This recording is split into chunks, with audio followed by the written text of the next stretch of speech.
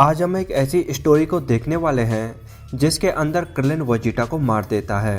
तो स्टोरी बिना वेजिटा के कंटिन्यू रहती है। ये स्टोरी है ड्रैगन बॉल मल्टीवर्स के यूनिवर्स 8 की, जो कि उस पॉइंट से स्टार्ट होती है जब सैयन सागा में वेजिटा ऑलमोस्ट डेथ पॉइंट पर पहुंच गया था।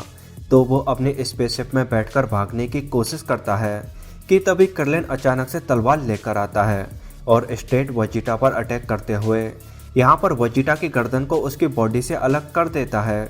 और इस पॉइंट पर वेजिटा बिना किसी डाउट के मर गया था कि तभी क्रिलिन को पीछे से गोकू की आवाज़ आती है।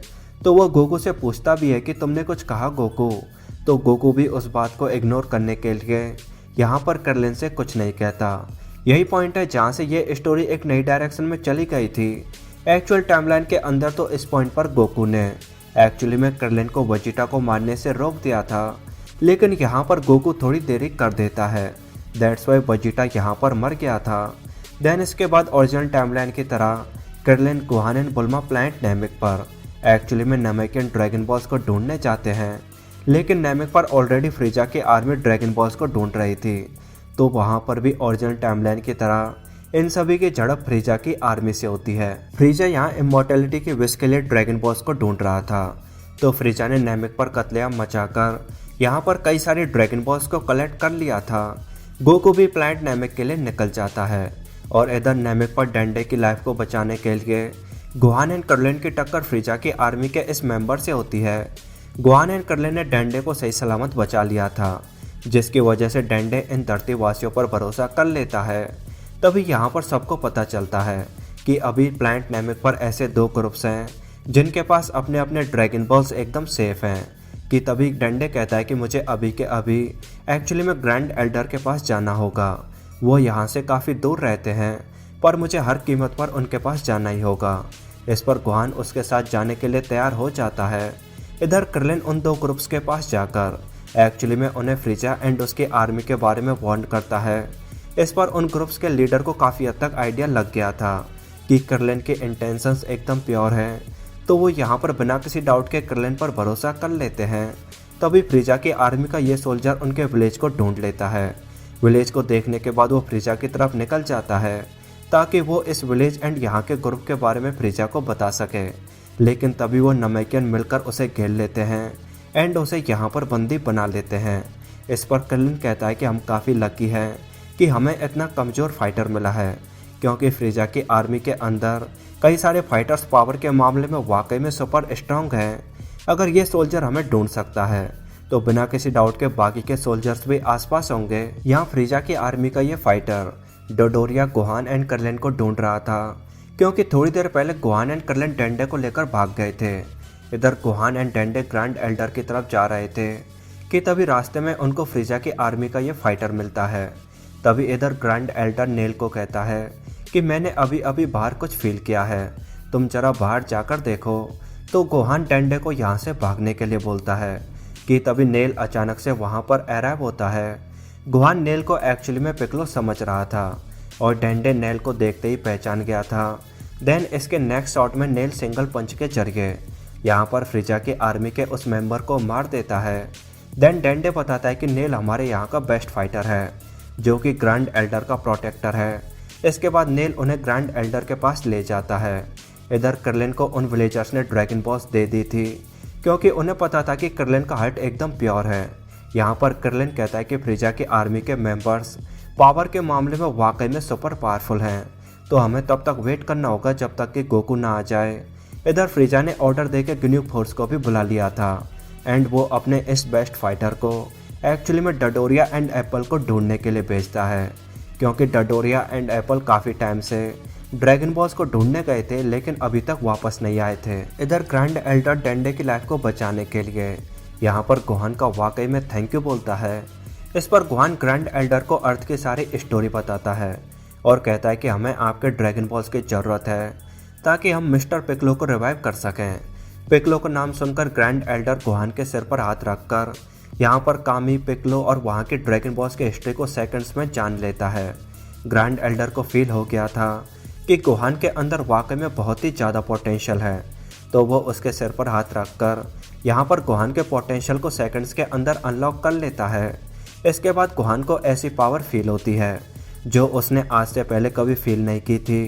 तो गोहान क्रिलिन को लेने चला जाता है ताकि वो भी ग्रैंड एल्डर से रिक्वेस्ट करके एक्चुअली में क्रिलिन के पोटेंशियल को अनलॉक करवा सके। इधर जैसे ही गोहान क्रिलिन एंड बुल्मा के पास पहुंचता है तो क्रिलिन गोहान की स्ट्रॉन्ग पावर को फील करके यहाँ पर एकदम शॉक्ड था। देन गोहान क्रिलिन को ग्रैंड एल्डर के बारे में डिटेल में बताता है और उसे साथ चलने के लिए बोलता है कि तभी उनको एक बहुत ही पावरफुल एनर्जी उस विलेज के पास फील होती है जिसके अंदर से क्रिलिन अभी अभी ड्रैगन बॉल को लेकर आया था। यह फ्रीजा की आर्मी का राइट हैंड था जो ड्रैगन बॉल्स को ढूंढते ढूंढते उस विलेज के पास आ गया था। तो क्रिलिन एंड गोहान फटाफट वहां पर जाते हैं। देन गोहान तुरंत ही उसकी तरफ रश करते हुए यहाँ पर कंटिन्यूसली किक्स एंड पंचेस के जरिए एक्चुअली में उस पर बहुत सारे अटैक करता है। इस सिचुएशन को देखकर ये सोल्जर फ्रीजा के पास जाकर उसे इन्फॉर्म करने की सोचने लगता है कि तभी क्रिलिन उसे पंच मारकर नॉकआउट कर देता है। और इधर बैटल के अंदर जार्वन सीरियस हो गया था तो वो अब धीरे धीरे गोहान पर भारी पड़ता जा रहा था और उसे हिट करके एक्चुअली में काफ़ी दूर पटक देता है कि तभी क्रिलिन जार्वन की तरफ एक स्ट्रेट एनर्जी अटैक करता है जिसको जार्वन पहले तो रोकने की कोशिश करता है कि तभी क्रिलिन का एनर्जी अटैक कई सारे पार्ट्स में डिवाइड हो जाता है और यहाँ पर जार्वन को एक के बाद एक डायरेक्ट हिट करता है। जार्वन इन सब से अपने आप को संभाल ही रहा था कि तभी गोहान अचानक से आकर जार्वन के फेस पर एक सॉलिड किक मारता है और घायल पड़े जार्वन पर एक बहुत ही पावरफुल एनर्जी अटैक करता है। और गोहान का ये वाला अटैक वाकई में सुपर पावरफुल था। जार्वन की ऐसी हालत को देखकर क्रिलिन गोहान से कहता है कि चलो हमें भाग जाना चाहिए, अभी वाकई में काफ़ी अच्छा मौका है। तो गोहान बताता है कि नहीं, हमें इसे पहले फिनिश करना होगा। लास्ट टाइम इसके जैसे एक फाइटर को उसने सिंगल पंच में मार दिया था। इस पर जार्वन अचानक से आकर पूछता है कि आखिर वो वॉरियर कौन था। इसके बाद जार्वन पावर अप करता है और एक साथ एक एक पंच क्रिलिन एंड गोहान को मारता है।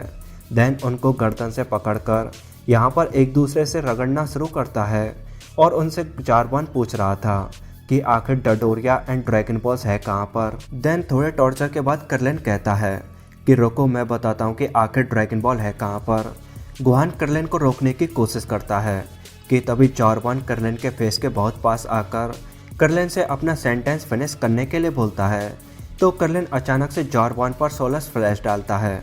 इससे जार्वन की आंखों में बहुत तेज जलन होती है तो वो गोहान एंड क्रिलिन को छोड़ देता है।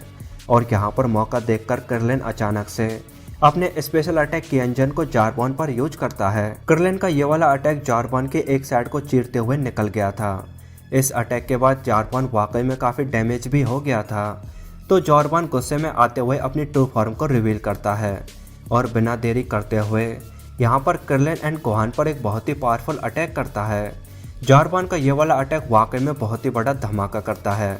इस अटैक को करने के बाद जार्वन बिल्कुल आउट ऑफ एनर्जी हो गया था तो वो यहाँ पर वापस अपने स्पेसशिप की तरफ लौटने लगता है और इसके अटैक से क्रिलिन यहाँ पर मर गया था।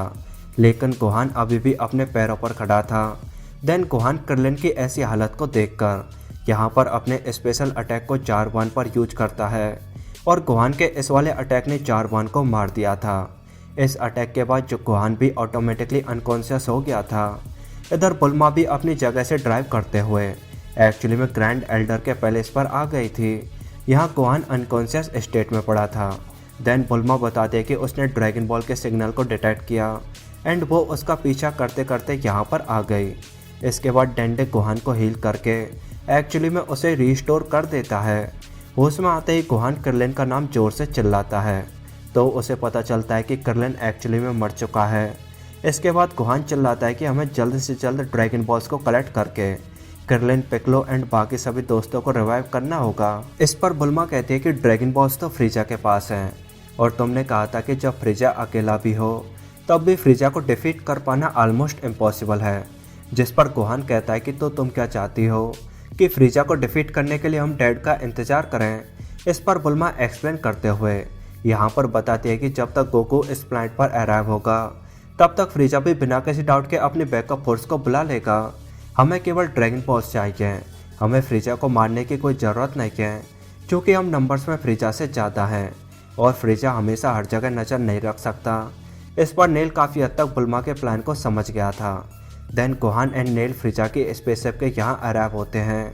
जहां पर गोहान नेल से एक बार और कंफर्मेशन लेता है कि फ्रीजा पावर के मामले में वाकई में सुपर पावरफुल है, तो तुम उसे हैंडल तो कर लोगे ना मिस्टर नेल। जिस पर नेल कहता है कि मेरी फिक्र मत करो, तुम्हें जितना टाइम चाहिए तुम उतना ले लो। देन नेल पावरिंग अप करते हुए यहाँ पर फ्रीजा की स्पेसशिप की तरफ निकल जाता है।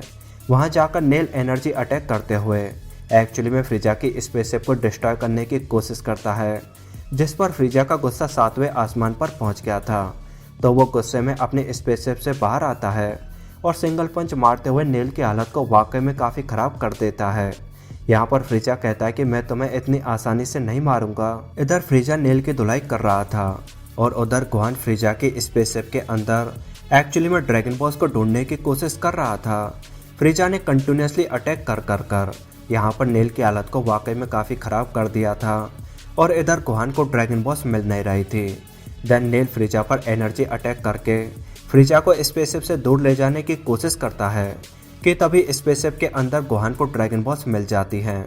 उधर नेल फ्रीजा पर एनर्जी अटैक करने के बाद यहाँ पर एक बड़ी सी चट्टान के पीछे छुप गया था। इधर गोहान को याद आता है कि ये ड्रैगन बॉल्स वाकई में काफ़ी स्ट्रॉन्ग एंड ड्यूरेबल हैं। अगर अपन इन्हें यहाँ से कहीं पर भी फेंकेंगे तो ये बिना किसी डाउट के डैमेज नहीं होंगे। तो गोहान इन ड्रैगन बॉल्स को स्पेसशिप से बाहर फेंकना शुरू करता है। तभी बुल्मा अपने ड्रैगन रडार के अंदर डिटेक्ट करती है कि ड्रैगन बॉल्स स्पेसशिप से चलना शुरू हो गई हैं। गोहान एक ड्रैगन बॉल के अलावा बाकी के सभी ड्रैगन बॉल्स को स्पेसशिप से बाहर फेंक देता है और वो उस ड्रैगन बॉल को खुद लेकर जाता है। इधर बुल्मा उन बिखरे हुए ड्रैगन बॉल्स को यहाँ पर कलेक्ट करने की कोशिश करती है। इधर फ्रीजा ने नेल की हालत को वाकई में काफ़ी ख़राब कर दिया था। देन फ्रीजा नेल से बाकी की ड्रैगन बॉल्स के बारे में पूछता है, जिस पर नेल चिल्लाते हुए यहाँ पर फ्रीजा से कहता है कि उसे नहीं पता। ये सुनकर फ्रीजा अपनी आंखों से बीम अटैक करते हुए एक्चुअली में नेल की हालत को और भी ख़राब कर देता है। इधर गोहान ड्रैगन बॉल को लेकर बुल्मा के पास आ गया था।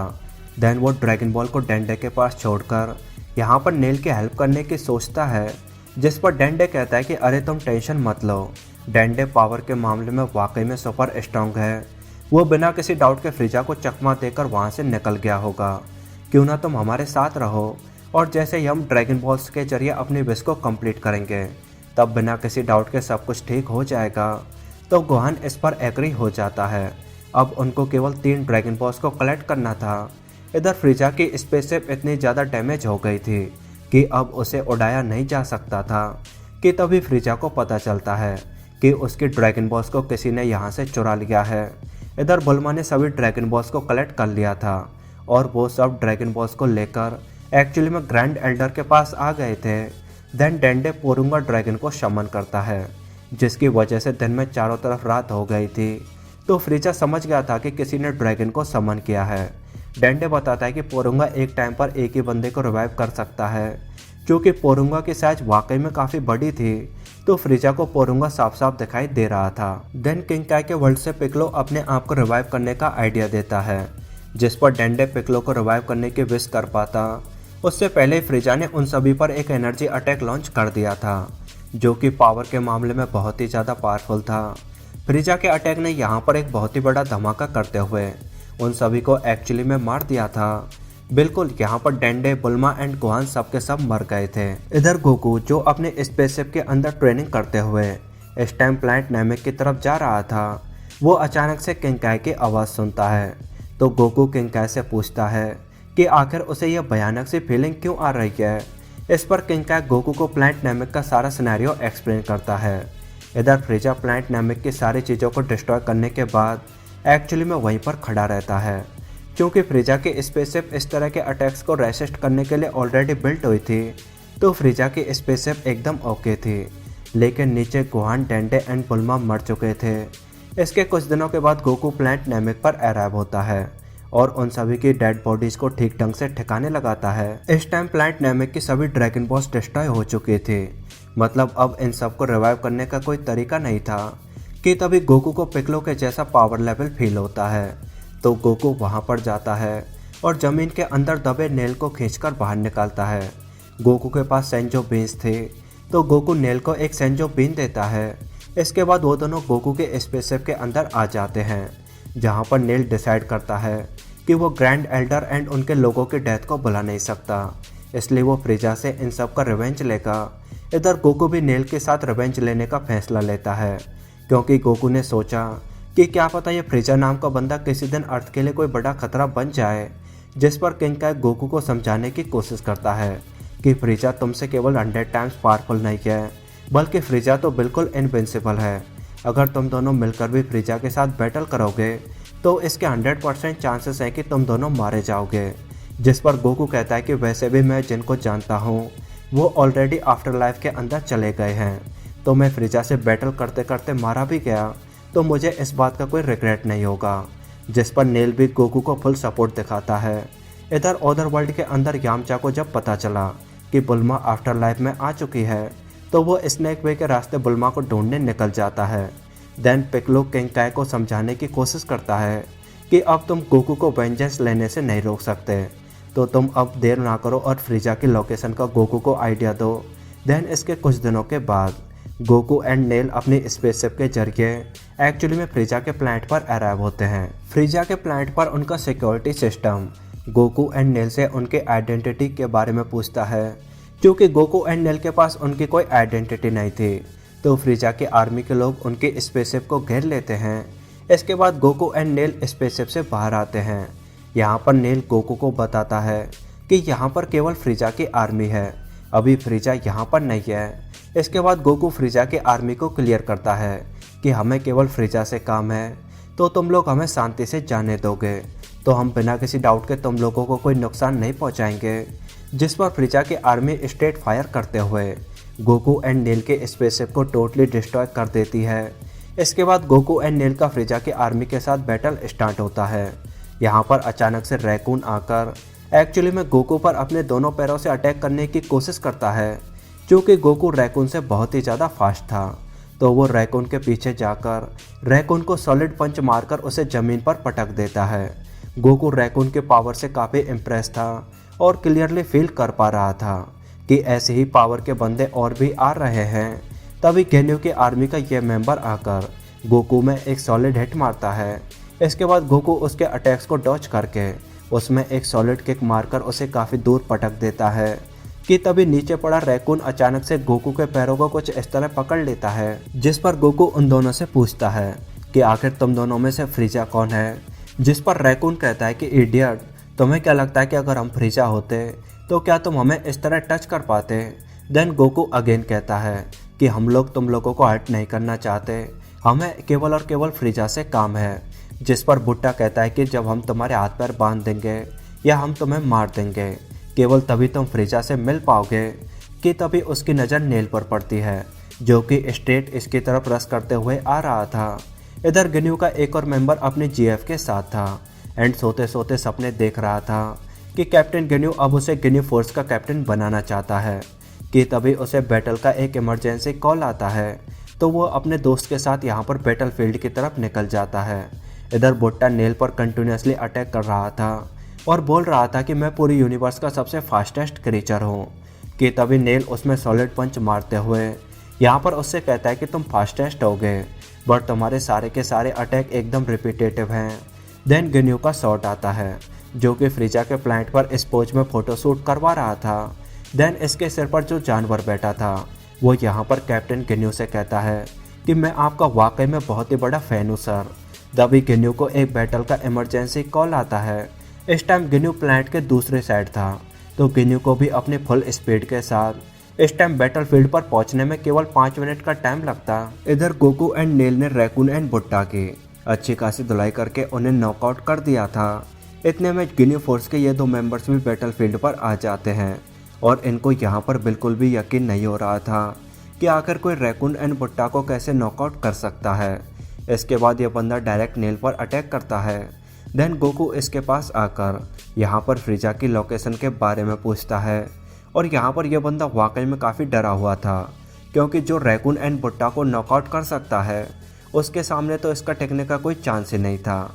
कि तभी यह बंदा यहाँ से अचानक गायब होता है और थोड़ी दूर एक दीवार के पीछे छुप जाता है। चूँकि गोकू एनर्जीज को बड़ी आसानी से सेंस कर सकता था, तो गोकू उसके पास जाकर अगेन फ्रीजा के बारे में पूछता है। इसके बाद ये छोटू अपनी पैरालिसिस टेक्निक को गोकू पर यूज करता है, जो कि गोकू पर प्रॉपरली वर्क भी करती है। तो गोकू इस टाइम अपनी बॉडी को बिल्कुल भी मूव नहीं कर पा रहा था। इसके बाद ये बंदा स्काउटर में गोकू के पावर लेवल को मेजर करता है, जो कि इस टाइम 7344 था।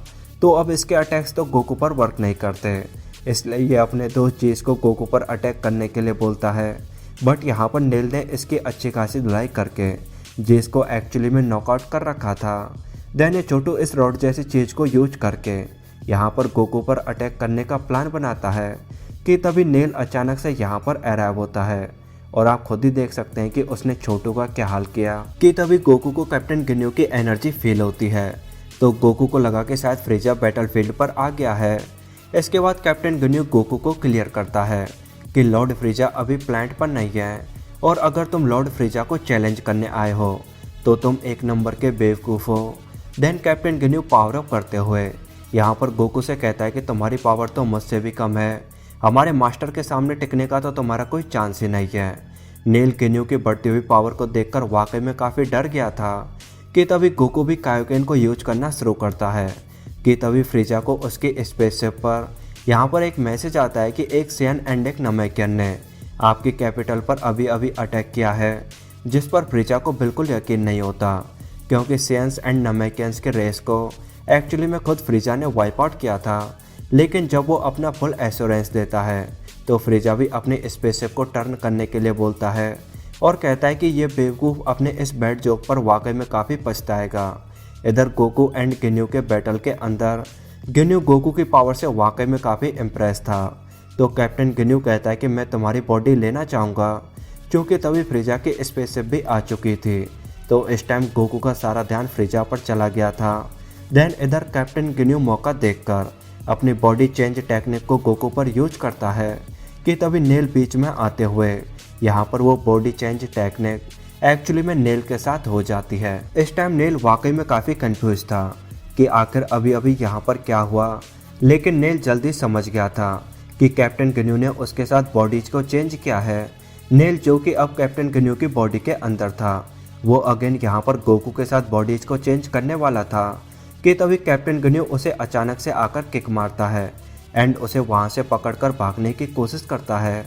यहाँ पर नेल जो कि कैप्टन गिन्यू की बॉडी के अंदर था, वो गोकू से कहता है कि तुम फ्रीजा का ध्यान रखना और मेरी टेंशन तो बिल्कुल मत लेना। कैप्टन गिन्यू के इस तरह के बिहेवियर ने गोकू को काफ़ी कंफ्यूज कर दिया था। इसके बाद फ्रीजा अचानक से अपनी स्पेसशिप से बाहर आता है और इस टाइम गोकू एंड फ्रीजा एक दूसरे के सामने खड़े थे। यहाँ पर गोकू फ्रीजा को सजेस्ट करता है कि हमें सिटी से दूर जाकर बैटल करना चाहिए, क्योंकि सिटी के अंदर तो बहुत सारे इनोसेंट लोग रहते हैं। लेकिन फ्रीजा कहता है कि फाइट, मैं तो तुम्हें यहाँ पर मारने वाला हूँ। ये कहते हुए फ्रीजा गोकू की तरफ एक डेथ बीम को लॉन्च करता है, लेकिन गोकू कायोकेन को यूज करते हुए यहाँ पर फ्रीजा में कई सारे अटैक्स मारकर उसे ग्राउंड पर पटक देता है। फ्रीजा को गोकू के इस तरह की पावर का बिल्कुल यकीन नहीं था, तो वो जल्दी यहाँ पर अपने आप को सेकंड फॉर्म में ट्रांसफॉर्म कर लेता है। देन वो अपनी सुपर स्पीड से गोकू के पास आकर यहाँ गोकू में एक सुपर सॉलिड पंच मारने की कोशिश करता है, लेकिन गोकू अभी भी कायोकेन को यूज करते हुए फ्रीजा के इस वाले अटैक को डॉज कर देता है। इसके बाद गोकू फ्रीजा को पीटते पीटते सिटी से काफ़ी दूर एक ग्राउंड में ले जाता है और यहाँ पर फ्रीजा पावर अप करते हुए एक्चुअली में अपने न्यू ट्रांसफॉर्मेशन को अचीव कर लेता है। इधर फ्रीजा के प्लांट पर कैप्टन गिन्यू एंड नेल का बैटल चल रहा था, जहाँ पर कैप्टन गिन्यू जो कि एक्चुअली में नेल था, वो बार बार उसकी बॉडी को वापस करने के लिए बोल रहा था। देन नेल पावर अप करते हुए यहाँ पर कैप्टन गिन्यू पर अटैक करने आता है कि तभी ये छोटू अपनी पैरालिसिस ट्रिक को नेल पर यूज करता है। क्योंकि नेल की बॉडी के अंदर इस टाइम कैप्टन गिन्यू था, तो एक्चुअल नेल इस टाइम छोटू के पास आकर छोटू को यहाँ सिंगल पंच में मार देता है। इधर फ्रीजा अपनी थर्ड फॉर्म में चला गया था और इस टाइम फ्रीजा के अटैक्स गोकू को टच कर पा रहे थे। तो गोकू कायोकेन के टाइम स्टैंड को यूज करने की सोचता है, तो गोकू कायोकेन के टाइम स्टैंड को यूज करते हुए यहाँ पर एक बार फिर फ्रीजा की धुलाई करना शुरू करता है और अपने सॉलिड कामेहामेहा से फ्रीजा को डायरेक्ट हिट भी करता है। इसका एक्सप्लोजन इतना बड़ा था कि नेल एंड कैप्टन गिन्यू भी उसे काफ़ी दूर से क्लियरली देख पा रहे थे। देन इनके बैटल के अंदर नेल कैप्टन गिन्यू को सींग मारकर घायल कर देता है और उसे यहाँ पर ज़मीन पर पटक देता है और ऊपर से सुपर स्पीड से आते हुए अपने सुपर सॉलिड पंच को उसको सुपर सॉलिड पंच के जरिए एक्चुअली में उसे ऑलमोस्ट डेथ पॉइंट पर पहुंचा देता है। इस टाइम गोकू ने फ्रीजा की हालत को वाकई में काफ़ी ख़राब कर दिया था। तो फ्रीजा अगेन पावर अप करते हुए यहाँ पर अपने फाइनल स्टेज को अचीव कर लेता है। इसके बाद फ्रीजा एक बहुत ही भयंकर एनर्जी अटैक गोकू की तरफ लॉन्च करता है। गोकू भी इस टाइम कायोकेन के टाइम स्टैंड को यूज कर रहा था, लेकिन फ्रीजा का ये वाला अटैक पावर के मामले में बहुत ही ज़्यादा पावरफुल था। तो इसने गोकू के साथ यहाँ पर पूरी की पूरी सिटी को टोटली वाइप आउट कर दिया था और कुछ इस तरह यहाँ पर आकर एक्चुअली में गोकू की डेथ हो जाती है। किंग काय ऊपर से ये सब कुछ देख रहा था और यहाँ पर किंग काय सभी को बता भी देता है कि आखिर गोकू अब आफ्टर लाइफ में जा चुका है। इधर कैप्टन गिनू की बॉडी के अंदर जो नेल था उसे गोकू का ऑरा फील नहीं हो रहा था। तो ये सोच कर नेल वाकई में काफ़ी टेंशन में आ गया था कि तभी रैकून नेल के बॉडी के अंदर एक्चुअल कैप्टन गिन्यू को नॉकआउट करके यहाँ पर लाता है। और यहाँ पर मौका देखकर कैप्टन गिन्यू अगेन बॉडीज को चेंज करके अपनी ओरिजिनल बॉडी में आ जाता है। इसके बाद फ्रीजा यहाँ पर अराइव होता है और चिल्लाते हुए कहता है कि मेरी जेम जैसी ब्यूटीफुल सिटी अब टोटली डिस्ट्रॉय हो चुकी है। आखिर इस सब का जिम्मेदार कौन है। यहाँ पर बुट्टा एंड रैकून तो साइड में हो जाते हैं और कैप्टन गिन्यू इस सब का जिम्मेदार अपने आप को बताते हुए सारा दोष अपने ऊपर ले लेता है। तो Frieza on the spot Captain Ginyu पर एक डेथ बीम से अटैक करता है। Then Frieza Recoome and Burter से उनके स्क्वाड का नाम कैप्टन गिन्यू की जगह और कुछ रखने के लिए बोलता है। इसके बाद यह बंदा कैप्टन गिन्यू की बॉडी को जलाने के लिए ले जाता है कि तभी बर्निंग चैम्बर के अंदर कैप्टन गिन्यू इसके साथ बॉडीज को चेंज करके बाहर आ जाता है। इसके कुछ दिनों बाद फ्रीजा उसी आदमी को मिलिट्री में शामिल होने का ऑर्डर देता है, जो कि इस टाइम एक्चुअली में कैप्टन गिन्यू था। देन इसके कुछ हफ्तों बाद एक वॉर चल रही थी और यहाँ पर कैप्टन गिन्यू बैठे बैठे सोच रहा था कि मास्टर फ्रीजा ने मेरे साथ अच्छा नहीं किया। मैंने उनके लिए वो सब कुछ किया जो मैं कर सकता था, लेकिन फिर भी उन्होंने मुझे मार दिया। तभी यह कमांडर यहाँ पर आकर इसे बाहर निकलने का ऑर्डर देता है। तो कैप्टन गिन्यू इसके साथ बॉडीज को चेंज कर लेता है। देन कैप्टन गिन्यू इस कमांडर की बॉडी के साथ फ्रीजा के पास जाता है। यहाँ पर कैप्टन गिन्यू फ्रीजा को बताता है कि हमने प्लैनेट को तो जीत लिया है, लेकिन प्लैनेट के बदले हमारे ढेर सारे सोल्जर्स मर गए हैं। जिस पर फ्रीजा बिना किसी रेस्पॉन्स के बस इतना ही कहता है कि गुड, अब मैं यहाँ से जा रहा हूँ। जिस पर कैप्टन गिन्यू गुस्से में फ्रीजा के बारे में सोच रहा था कि हम सब ने यहाँ पर इसके लिए जान की बाजी लगाई थी और ऐसे है कि कोई परवाह नहीं। इसके बाद भी कैप्टन गिन्यू ढेर सारी बॉडीज को चेंज करता है और ये कोई अमीर आदमी था। इसकी बॉडी पर आकर कैप्टन गिन्यू रुक जाता है, क्योंकि कैप्टन गिन्यू एक अच्छा खासा फाइटर था। तो इस तरह बिना बैटल वाली लाइफ कैप्टन गिन्यू को काफ़ी बोरिंग लग रही थी। तो यहाँ पर कैप्टन गिन्यू सोच रहा था कि काश मेरे पास कोई ऐसी बॉडी होती जिसके अंदर मैं अपने आप को ठीक ढंग से ट्रेन कर पाता। देन वो फ्रीजा के बारे में सोच रहा था कि क्यों ना मैं फ्रीजा के साथ ही बॉडीज को चेंज कर लूँ, ये वाकई में काफ़ी अच्छा आइडिया रहेगा। कि तभी उसकी नज़र किंग कोल्ड की फ़ोटो पर पड़ती है, जिसको देखकर कैप्टन गिन्यू सोच रहा था कि अगर मैं फ्रीजा के डैड के साथ बॉडीज को चेंज कर लूँ तब तो फ्रीजा को भी मेरे ऑर्डर्स मानने पड़ेंगे। तो वो किंग कोल्ड के पैलेस पर अटैक करता है। क्योंकि किंग कोल्ड को अपनी पावर पर पूरा भरोसा था, तो वो इस इंट्रूडर पर ज़्यादा ध्यान नहीं देता। कैप्टन गिन्यू उसके पास अचानक से आकर यहाँ किंग कोल्ड के साथ बॉडीज को चेंज कर लेता है और जब तक किंग कोल्ड के गार्ड्स वहाँ पर आ पाते तब तक कैप्टन गिन्यू ने किंग कोल्ड की बॉडी में घुसकर एक्चुअली में किंग कोल्ड को मार दिया था। किंग कोल्ड की बॉडी में आके उसे कमाल की पावर फील होती है। कैप्टन गिन्यू ने यहाँ पर आने से पहले किंग कोल्ड पर वाकई में काफ़ी अच्छी खासी रिसर्च की हुई थी। कैप्टन गिन्यू ने किंग कोल्ड के बोलने का स्टाइल, उठने बैठने का स्टाइल, इन सब पर वाकई में काफ़ी अच्छे से रिसर्च की हुई थी। क्योंकि कैप्टन गिन्यू वाकई में एक ट्रू फाइटर था, तो वो कंटिन्यूसली अपने आप को ट्रेन करता है और टाइम आने पर किंग कोल्ड की बॉडी के अंदर किंग कोल्ड की 5th एंड 6th फॉर्म को अनलॉक करता है और कुछ इसी तरह कैप्टन गिन्यू किंग कोल्ड की बॉडी पर रुक जाता है। इस पॉइंट पर आकर यूनिवर्स 8 की स्टोरी आई थिंक ओवर हो जाती है, क्योंकि इसके बाद ये सभी मल्टीवर्स के टूर्नामेंट में यूनिवर्स 8 की तरफ से चले जाते हैं। तो अब आपको आइडिया लग गया होगा कि अगर वेजिटा स्टोरी लाइन के अंदर ना होता तब गोकू एंड बाकी सभी का क्या हाल होता। बाकी अब आप इसके बारे में क्या सोचते हैं, let me know in comment box. उम्मीद करता हूँ आपको वीडियो पसंद आई होगी। तो यार वीडियो पसंद आई हो तो वीडियो को लाइक करो एंड अगर अभी तक आपने चैनल को सब्सक्राइब नहीं किया है तो यार वेट किस बात का कर रहे हो, फटाफट चैनल को सब्सक्राइब करते हुए बेल आइकन को ऑन कर लो। बाकी thank you so much for watching. And we will see on the next Dragon Ball video. तब तक के लिए गुड बाय।